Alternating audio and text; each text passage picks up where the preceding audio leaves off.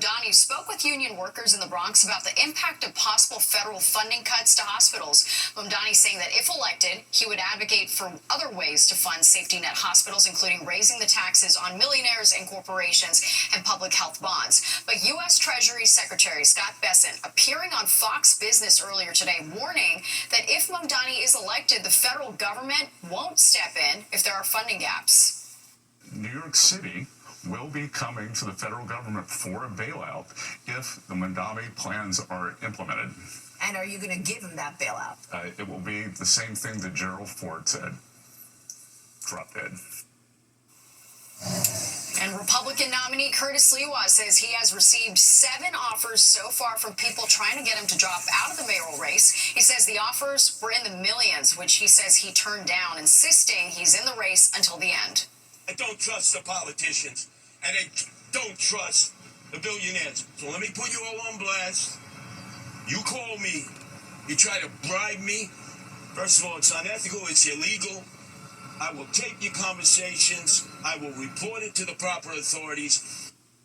And coverage on the mayoral race continues tonight. Battleground NYC, the fight for your vote with host SC Cup airs every weeknight right after the 10 o'clock news, or stream it on the free Fox local app.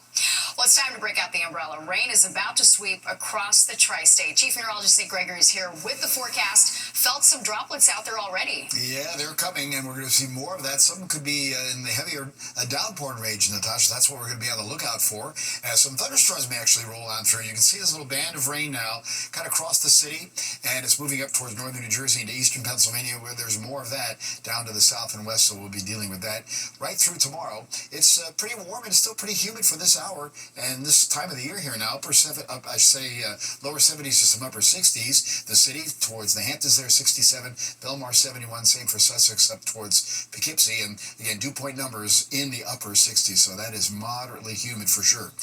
Wind will continue out of the south to southeast, but it's light, about 5 to 10 miles per hour, but that's going to keep the moisture source coming. And again, once you look at the wider view here, you can see the showers go from New England back across western New York State all the way down through the Appalachian Mountains there, down towards Tennessee and Kentucky. So we're going to be on the lookout for that rain to continue off and on through tomorrow. In fact, watch our futurecast overnight. Periods of some rain, maybe a thunderstorm out the door in the morning. It's upper 60s to about 70, quite humid too, with some patchy fog. And you can see as we head through the rest of the day, more rounds of rain, potentially a thunderstorm here and there. That could produce some locally heavy downpours and maybe some pretty strong wind gusts. We'll have to keep a lookout for that. Tomorrow's temperatures mid and upper 70s. Things will then quiet down as we head into Friday. Maybe a shower at the door early. Otherwise, you're going to see some sunshine. Temperatures get up to about 80 or greater in a lot of spots. We have a marginal risk for severe thunderstorms tomorrow, so we'll keep an eye on that. But take a look at the rainfall numbers, and this is something we could really use because of our rainfall deficit, anywhere from about a half an inch to about 1 3/4 inches, and we'll take it. All right, Nick, thanks so much. A teen is in the hospital tonight in very serious condition after this fire in a high-rise apartment in the Bronx. Crews were called out to the scene on Alexander Avenue in Mott Haven, where you could just see the smoke billowing from the 12th floor. Firefighters tell us they saw a female hanging out of a window. They rushed inside, and they found 16-year-old Charisma Hayes unconscious on the floor. Her father says she was rushed to the hospital, suffering from smoke inhalation. They got her out, took her to the hospital. I think her throat was burnt from the smoke, and she's in a coma right now.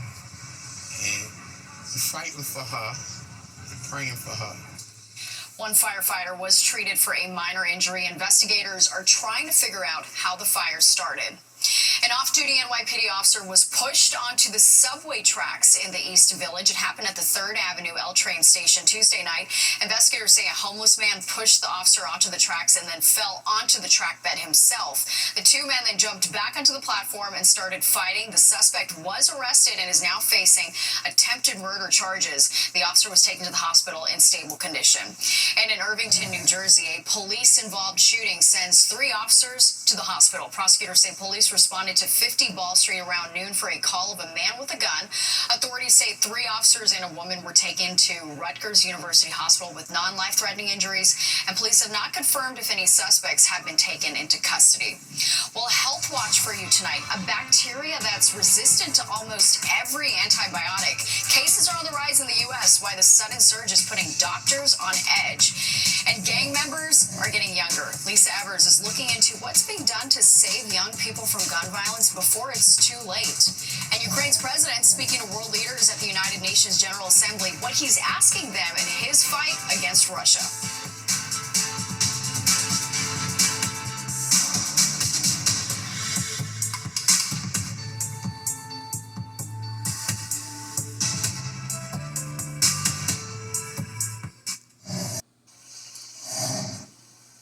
Ukraine's President Volodymyr Zelensky taking center stage at the United Nations General Assembly. His speech happening just a day after President Trump expressed support for Ukraine and criticized Russia. Fox's Sharon Crowley is live in the newsroom with Zelensky's message. Sharon? Yeah, that's right, Natasha. Ukraine's president addressing the UN just one day after President Trump gave a surprising boost to his country's prospects in its fight to drive Russia out of the territory. Now, Ukrainian President Volodymyr Zelensky calling on world leaders to take action against Russia or risk Russian President Vladimir Putin expanding the war into Europe. In his address, the UN General Assembly, Zelensky said that the world is, quote, the most destructive arms race in human history. This comes just a day after President Trump's apparent reversal on Ukraine's chances at victory.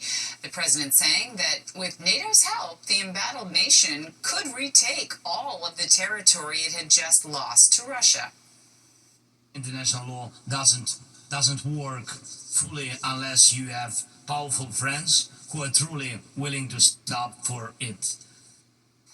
Well, Secretary of State Marco Rubio sitting down with Russia's foreign minister in New York today. He did not answer questions, though, about this ongoing push for peace. President Trump says if Russia isn't willing to make a deal to end the war, the U.S. is prepared to impose powerful tariffs. Natasha? All right, Sharon, thank you so much. Well, faster Super Express trains are about to roll out on the Metro North Railroad Hudson line between Poughkeepsie and New York City. Governor Hochul says infrastructure improvements have been completed ahead of schedule, and the service will start in 2 weeks instead in 2026. The upgrades include new diesel-electric trains that are faster and greener. Hochul says the Super Express service will start October 6th with trains running from Poughkeepsie to Grand Central in 90 minutes. Police say a boy was hit and killed by a landscaping truck while riding an e-bike in Scotch Plains, New Jersey this afternoon.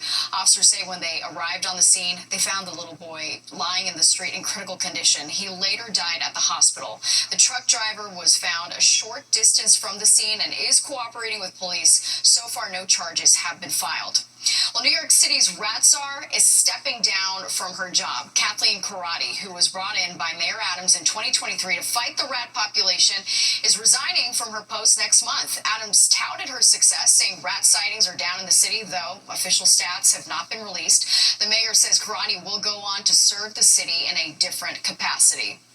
A new speed limit is coming to New York City for e-bikes and e-scooters. Starting October 24th, the city will implement a 15-mile-per-hour speed limit. Mayor Adams says it matches that of e-bike limits in other parts of the world, like the EU. In a statement, Mayor Adams says this new speed limit is about keeping New Yorkers safe while continuing to keep our city moving. New York City is no stranger to gangs and gun violence in certain neighborhoods, but now gangs are found all over the city, and their gang members are getting younger. Lisa Evers takes a closer look in a preview of this week's episode of Street Soldiers. Once upon a time, gangs in New York were mostly found in low-income, high-crime areas, city jails like Rikers Island and state prisons. But now gang membership in New York City is at an all-time high. That's according to multiple law enforcement officials, and the age of the gang members is barely in the double digits. This chart from Vanguard Crime Strategies, LLC, shows the overall structure of gang life in New York City. It looks organized, but it's complex and even chaotic, with shifting alliances and even coalitions between former rivals called ops. In New York City, there are 4 main nationally affiliated gangs: the Bloods, the Crips, Folk Nation, and the Trinitarios. Under them, there are hundreds of smaller groups called Septs or crews. There's no exact census on actual numbers, but law enforcement officials estimate it's in the tens of thousands. They're putting everything online, or whether they're rapping about their ops, or whether they're kicking over candles, or whether they're actually doing drills. They're doing everything online, and they're documenting and creating their own digital footprint. We had exclusive access to NYPD Gun Violence Suppression Division takedowns in Brooklyn, Queens, and the Bronx, where police and prosecutors put alleged trigger pullers in handcuffs. Police say both shooters and their victims are getting younger, and 96% are minorities. You have to realize that about 65% of our shootings in New York City historically have a gang nexus. Gang members' digital boasting and posting of crimes and threats leaves a digital fingerprint and a fast track to a conviction, says prominent criminal defense attorney Arthur Aidala, who represents Chef G. The pictures of you with the guns that you put on your Instagram page, well, we got that. The picture of you doing some kind of rant about something, that's going to come in. Or if at the very least, it's going to be used against you. Hip-hop community activist Hassan Hocus 4/5 Harris, a former gang member, ignited the internet when he started the Drop My Flag Challenge to encourage young gang members to leave gangs before it's too late. The former member of the notorious Bronx blood set called Sex Money Murder was acquitted in 2012 of conspiracy charges that could have kept him behind bars for life. Some of them might even look up to me and who I was, not understanding that I come up in the area where wasn't no cameras. Right. Nowadays, you go spin the block, they are rewinding back to when you left your house. We dive deep into this important issue on the next episode of Street Soldiers. Join us at our new time, Friday at 4:30, right here on Fox 5 and the Fox Local app. I'm Lisa Evers, Fox 5 News. Well, activity in the tropics intensifies with a newly named storm. Nick is at the weather map with all the details. And an emotional return, Jimmy Kimmel tearing up as he delivers his first monologue in nearly a week, how he's praising the widow of Charlie Kirk.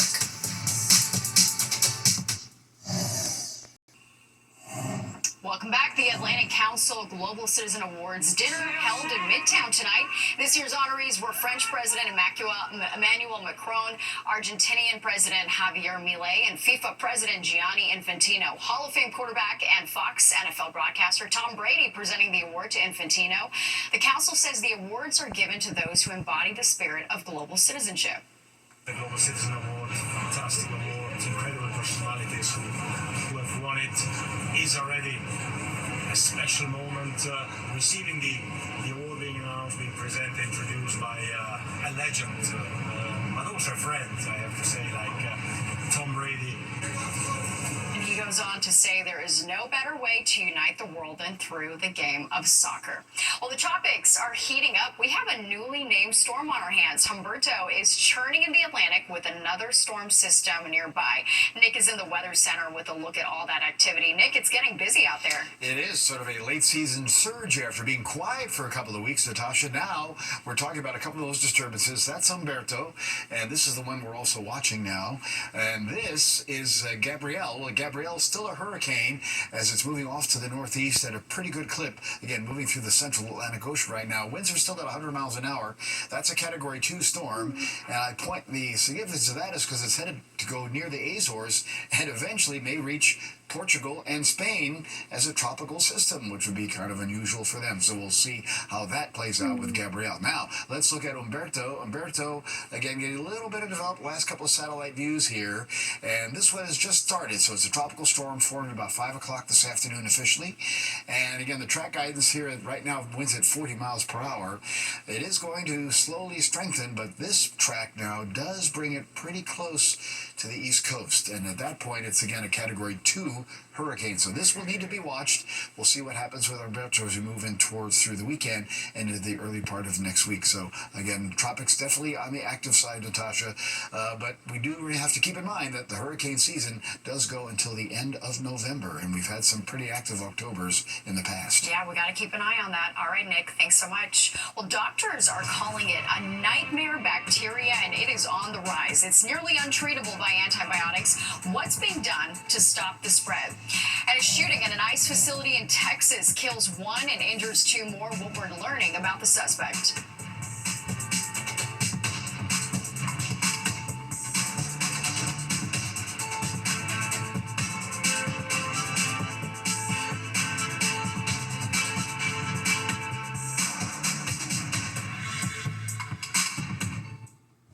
You're watching the 10 o'clock news. A gunman perched on a rooftop opens fire on an ICE facility in Dallas, Texas, killing one and injuring two others before turning the weapon on himself. Welcome back. I'm Natasha Verma. Steve has the night off. The FBI says ammunition found at the scene contained anti-ICE messaging, and they're investigating the crime as an act of targeted violence. Fox Eye's Sharon Crowley is live in the newsroom with reaction from the president. Sharon. Yeah, that's right. President Trump pretty upset about this one, posting about it on Truth Social tonight. Federal agents in Dallas, Texas, investigating a shooting allegedly against ICE agents. The sniper firing from a rooftop into an ICE field office there, killing an ICE detainee and wounding two others before taking his own life. Now, investigators say that the sniper opened fire from a nearby rooftop, shooting three detainees who had been sitting inside a transport van. The FBI is calling this a targeted attack. ICE says the entire building was sprayed with bullets, as you can see there. The DHS actually releasing these photos of a bullet hole in a window and another one in an American flag that was hit inside with two bullets. Now, the gunman died from a self-inflicted gunshot wound as police closed in on him. This is the third shooting in Texas directed at ICE or CBP. This must stop. To every politician who is using rhetoric demonizing ICE and demonizing CBP, stop. To every politician demanding that ICE agents be doxxed and calling for people to go after their families, stop. This has very real consequences. Look, in America, we disagree. That's fine. That's the democratic process. But your political opponents are not Nazis. We need to learn to work together without demonizing each other, without attacking each other. Well, the FBI Director Kash Patel says that these bullets you see there were found nearby with anti-ICE written on one of them. This investigation, though, is still ongoing as to why this suspect would fire on an ICE field office and then kill himself. The wounded ICE detainees are, we're told, in critical condition at the hospital. The Department of Homeland Security says no ICE agents were injured. Natasha. All right, Sharon, thank you so much. Jimmy Kimmel's return to late night was met with higher ratings than usual for the show. His monologue was watched by nearly 6.3 million people and viewers on broadcast TV. Kimmel's talk show was pulled off the air last week after controversial comments he made about the shooting death of conservative activist Charlie Kirk. FCC Commissioner Brendan Carr publicly called for ABC stations to not air Kimmel, leading to the show's suspension, a move that was strongly criticized. And less than a week later, he returned to the studio to a standing ovation. Kimmel called his words ill-timed and praised widow Erica Kirk for her grace in forgiving the alleged shooter of her husband. But a spokesman for Charlie Kirk's Turning Point USA called Kimmel's statement not good enough. Never my intention to make light of the murder of a young man. What we need is, I'm sorry, I lied, I was wrong, and I won't do it again. Station groups Nexstar and Sinclair chose not to air the show on their 60-plus ABC affiliates in cities including Nashville, Seattle, and D.C. Well, YouTube will offer creators a way to rejoin the platform if they were banned for violating COVID-19 and election misinformation policies that are no longer in effect. Parent company Alphabet said in a letter to the House Judiciary Committee on Tuesday that the decision reflects the company's commitment to free speech. The move is the latest in a cascade of content moderation rollbacks from tech companies. And New Jersey's publicly owned television station is leaving the airwaves. NJPBS will cease operations next year on June 30th. Its parent company, WNET, cited funding cuts by state and federal government as the reason why. And earlier this year, the Trump administration slashed over $1 billion from the budget of the Corporation for Public Broadcasting, which provided funding for local stations. It's called a nightmare bacteria for a reason, a strain resisting nearly all antibiotics. This bacteria was once considered exotic, but as Fox 5's Jessica Formosa shows us, the U.S. is now seeing a surge in cases. The U.S. Centers for Disease Control and Prevention sounding the alarm about a sharp spike in infections from dangerous bacteria that are resistant to some of the strongest antibiotics. It's actually been declared a public health emergency, so much so that there's been an urgent call for new antibiotics and new treatment modalities. The drug-resistant bacteria is called NDM-CRE. Carbapenem-resistant Enterobacteriaceae equals CRE. In layman's terms, these are a family of, or a group, actually an order if you want to be exact, of bacteria that are extremely resistant to some of the most broadest, some of the most strongest antibiotics that we have. According to the CDC, in 2022, there were approximately 12,700 infections and 1,100 deaths in the U.S. due to the so-called nightmare bacteria. It could be causing a urine infection, a bloodstream infection, pneumonia. There's actually a whole host of infections these bacteria can cause. Researchers say NDM-CRE infections are difficult to treat. There are only 2 antibiotics that work against these infections, and the drugs are expensive and must be administered through an IV. We have antibiotics that continue to be effective against this class, but we are running out of them. And so we have to be really, really careful about prescribing them. They are rare antibiotics, they're expensive, and they come with a host of their own side effects. The CDC says it's likely many people are carriers of the drug-resistant bacteria, but are unaware. This is why doctors say prevention is key to stop the spread. By being very, very cautious and deliberate about how we use antibiotics, and by being very, very careful with our sanitization and our hygienic techniques, particularly in healthcare settings. I'm Jessica Formoso, Fox 5 News. Well, the Ryder Cup tees off by holding its opening ceremony. Fans are already hitting the 19th hole. We're going to take you to the festivities in Farmingdale.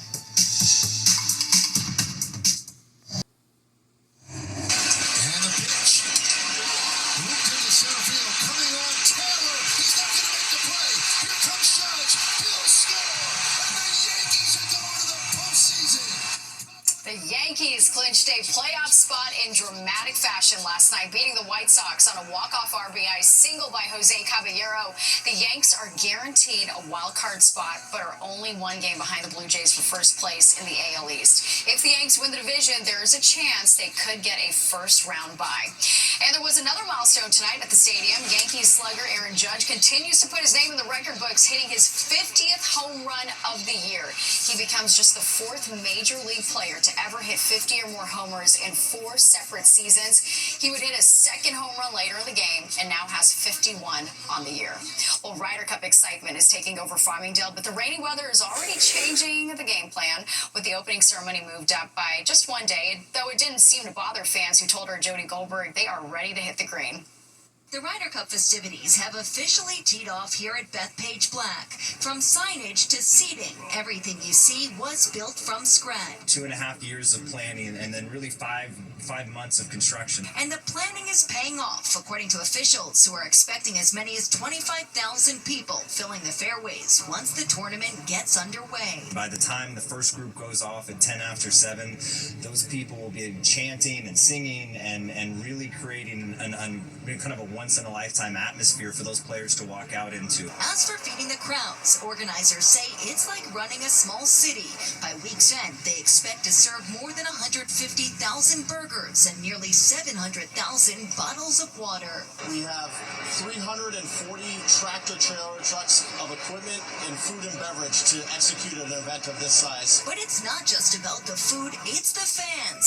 Many traveling hundreds, even thousands of miles to be part of the action. Tourism officials expect more than 250,000 visitors through the week, 1,000 jobs to Long Island, and a projected $160 million boost to the economy. Gotta represent USA, George Washington. I mean, we're gonna win. Gosh, it's the Ryder Cup. It's New York. It couldn't get any better than this. To a father and son from Wales and Scotland. I got some hats, some sweatshirts, some towels, ball markers. flowers. I got a ornament. Now the official tournament gets underway on Friday, the same day President Trump is expected to come out. If you'll be here too, officials say leave yourself plenty of time, and if you can't make it, there'll be watch parties throughout the county and the tri-state area. Europe won the cup back in 2023. U.S. is hoping to take it back on their home turf. On Long Island, Jody Goldberg, Fox 5 News. So exciting. Well, finding Zen in the chaos of the concrete jungle. We introduce you to the doorman who's going the extra mile to bring peace to New Yorkers. And Nick is here with a look at the forecast. Hey, Nick. Hi, Natasha. That forecast includes rain, well-needed rain, I might add. Even a couple of thunderstorms may roll through, but the question will be, does this get out of the way in time for the weekend? I'll let you know when the 10 o'clock news comes back.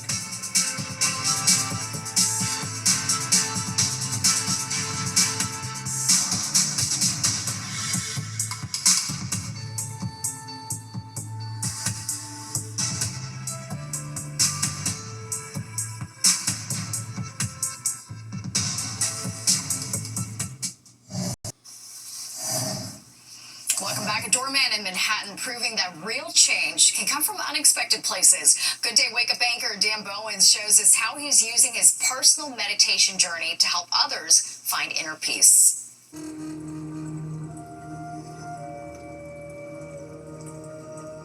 Grounded and mindful, peace and purpose. This is tranquility.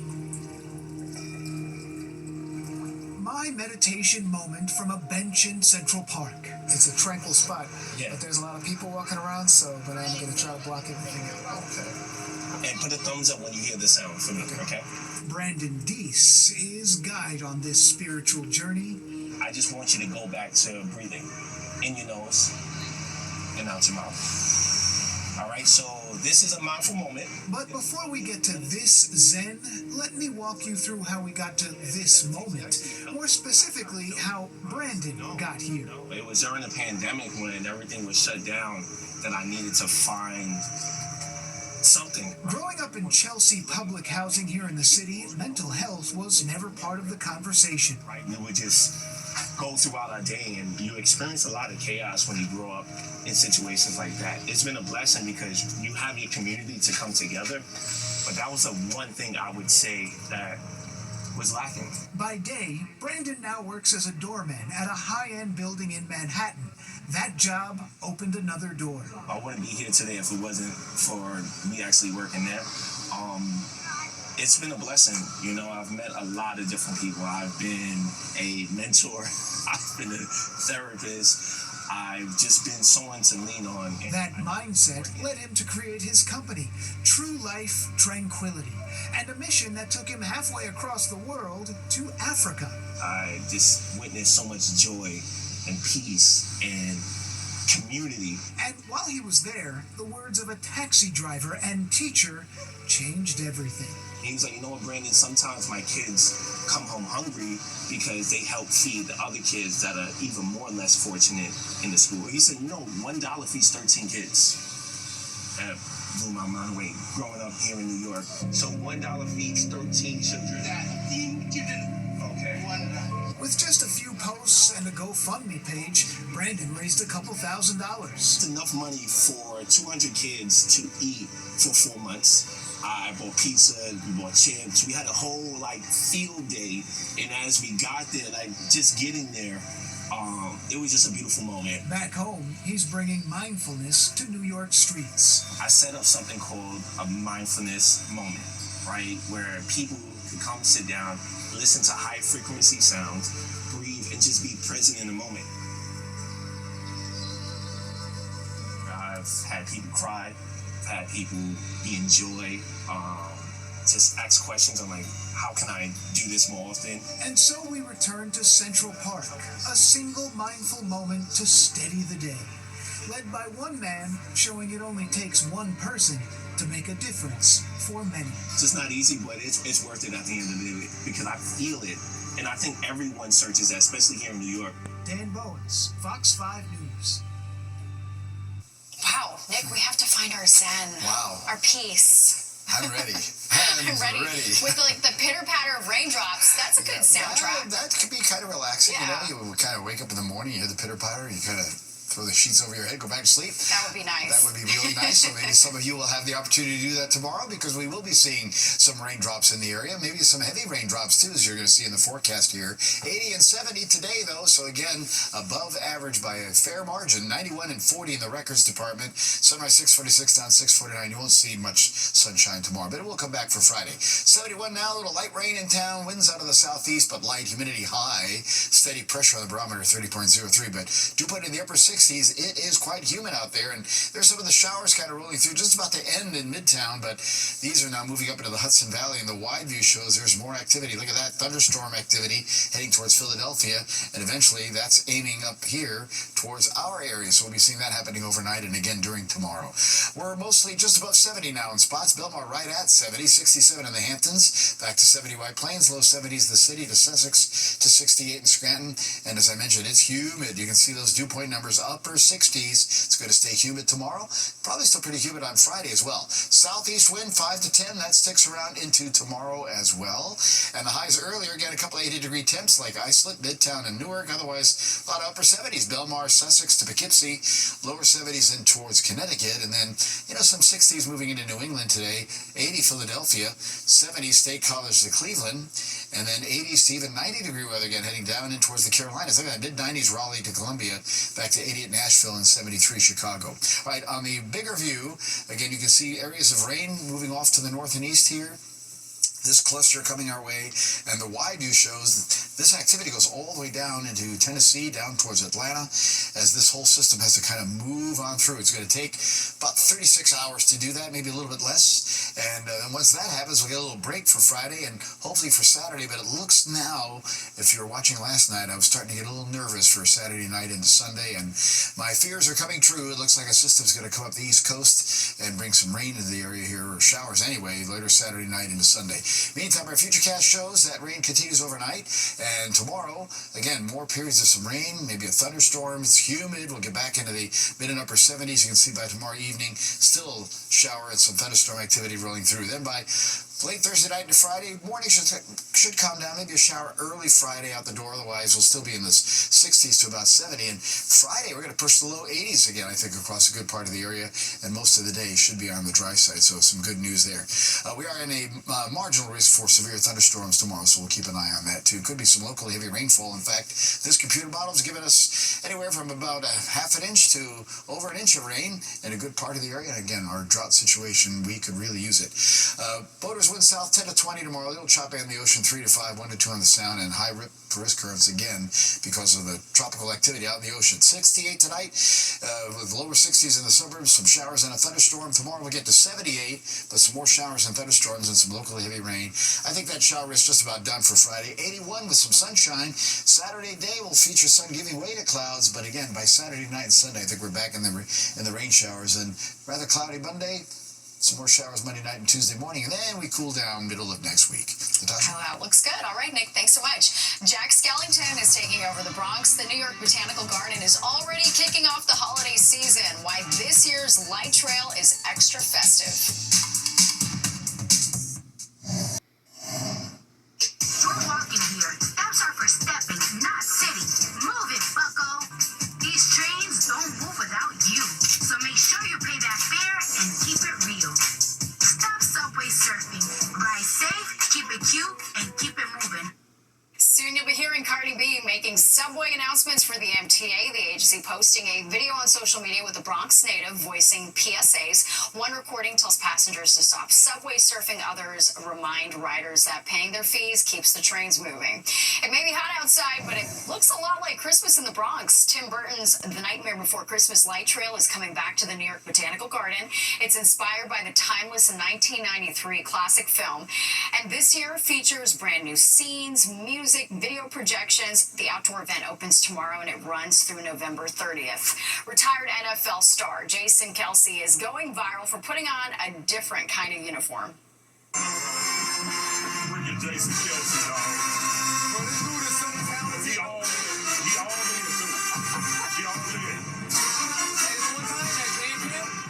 so funny. Look at his strap. Kelsey suited up in a marching Ravens uniform before the Ravens-Lions game and joined the band on the saxophone to play the Monday Night Countdown theme song. It's not his first time picking up the sax. He used to play in his high school's jazz band. And there's more of the 10 o'clock news straight ahead. We'll be right back. MTA highway cops went above the call of duty on Monday. Look at this. Sergeant Joseph Casale and Officer Eric Lee helped deliver a healthy baby girl on the Whitestone Bridge. They were flagged down by the woman's husband on the side of the road.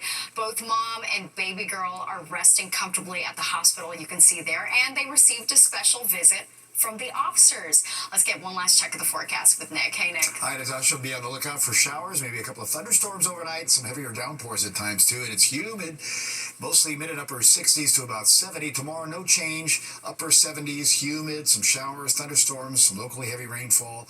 I think Friday morning is going to be dry now, so just sun and clouds, but warm, 81. Saturday's dry during the day, 79, but showers may come in Saturday night. They may last all of Sunday.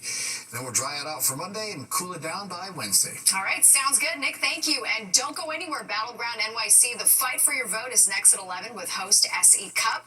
And then stick around for Good Night New York with Crystal Young and Ryan Christopher at 11:30. That does it for us tonight. If you've missed any part of the 10 o'clock news, you can always catch an encore on our free streaming app, Fox Local, where you can stream our newscasts anytime. Have a great night. I'll see you tomorrow.